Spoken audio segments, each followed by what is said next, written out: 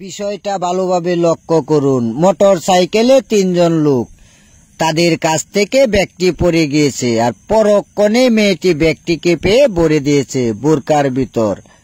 এই ব্যাগ নিয়েই রহস্য শুরু।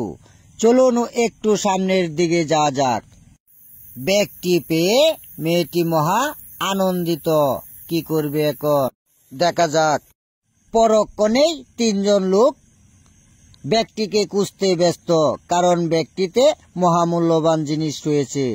ব্যাগটি যার কাছে আছে সে তো এখন মহানায়ক। এমন ভাব করেছেন যেন তিনি কিছুই জানে না।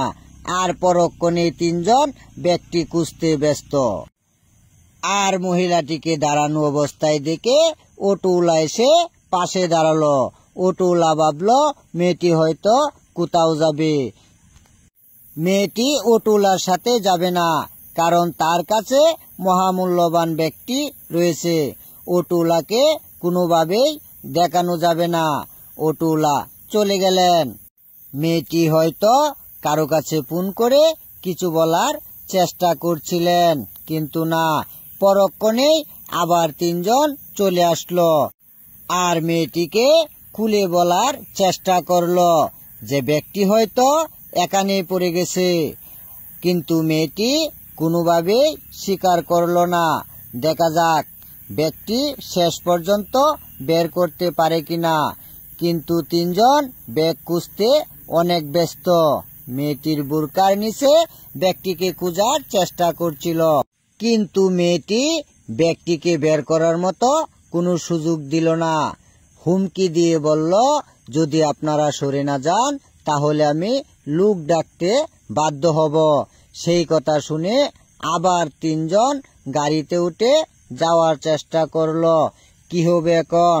ব্যাগে তো মহামূল্যবান জিনিস রয়েছে। সাথে সাথে রিকশাওয়ালাকে ডেকে মেয়েটি পালানোর চেষ্টা করলো। রিকশাওয়ালাকে বলল, তাড়াতাড়ি ওইদিকে আমাকে নিয়ে যাও, কিন্তু না, সরাসরি আবারও 3 জন চলে আসলো। অটোওয়ালাকে ধরে রিকশা থেকে নামালো, কিন্তু কেন? ব্যাগটি তো ছিল ওই মেয়ের কাছে। কিন্তু সুযোগ পেয়ে মহিলাটি দৌড়ে পালালো। রিকশাওয়ালাকে এভাবে আটকানোটা তাদের ঠিক হলো না, কারণ বুরকার নিচে মেয়েটি ব্যাগটিকে লুকিয়ে রেখেছিল। রিকশাওয়ালা সে বিষয়টা জানতো না যে এই মহিলা মহামূল্যবান ব্যাগটি লুকিয়ে রেখেছিল। আর সেই লুকানোতে রিকশাওয়ালার কোনো হাত ছিল না। মেয়েটি পরক্ষণেই বেগে গিয়েছেন।